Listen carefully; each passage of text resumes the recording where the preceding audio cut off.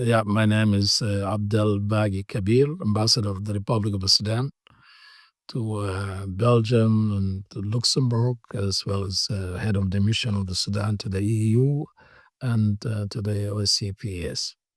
And I'm visiting today the new Secretary General, courtesy call, to get to know him and also to convey Sudan's latest developments that are underway in the country. Particularly regarding the attacks and unprovoked attacks by the rebellious RSF militias and its sponsors on the city of Port Sudan, which is the hub for humanitarian aid entry into the Sudan, as well as the temporary administrative capital of the Sudan, as since the war broke in 2023, 15th of April, by the rebellious RSF against the state of the Sudan.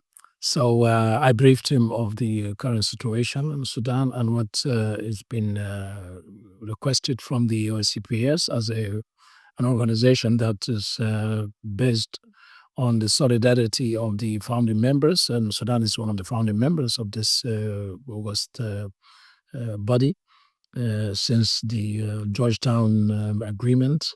And during the last 2 decades, Sudan did not benefit as much from the organizations. And now Sudan has signed, one of the first countries to sign the new Samoa Agreement. And so we come to solicit the support of the organizations in the face of the aggression by a non-African country that from the region of the Gulf region, namely the UAE, in its support to the rebel militia of Janjaweed in their recent drone attacks on the critical infrastructures of the country, in particular in the Sudan, in Port Sudan, as well as in Marawi and other civilian facilities.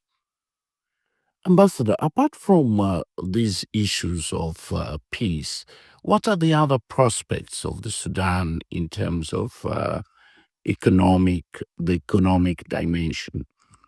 Sudan, of course, it's one of the most strategically placed countries within the continent because it links, the Arabian Peninsula with Africa, and the northern part of Africa with the central and eastern part. So it's a sort of a bridge between all these entities.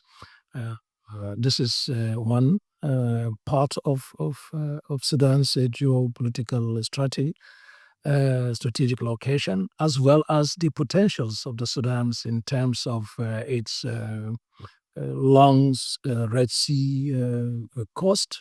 And of course, when we speak of Red Sea, we speak of 12 to 15% of the world trade passage way, as well as almost 30% of the oil into Europe and the Americas pass through this Red Sea. And then Sudan's vast arable land and mineral, as well as other rare earths minerals in the Sudan. So the economic potentials of Sudan is very high. And so we believe that the stability of the Sudan it's in the very benefit of the entire continent. Lastly, we have a new Secretary General. As a member of the Committee of Ambassadors here in Brussels, so what is your take on that? Well, I met him today for the first time, and I see him a very vibrant young man, if I may call, with very good vision, and he's very much forthcoming. And we are very much hopeful that we do a very good business with him.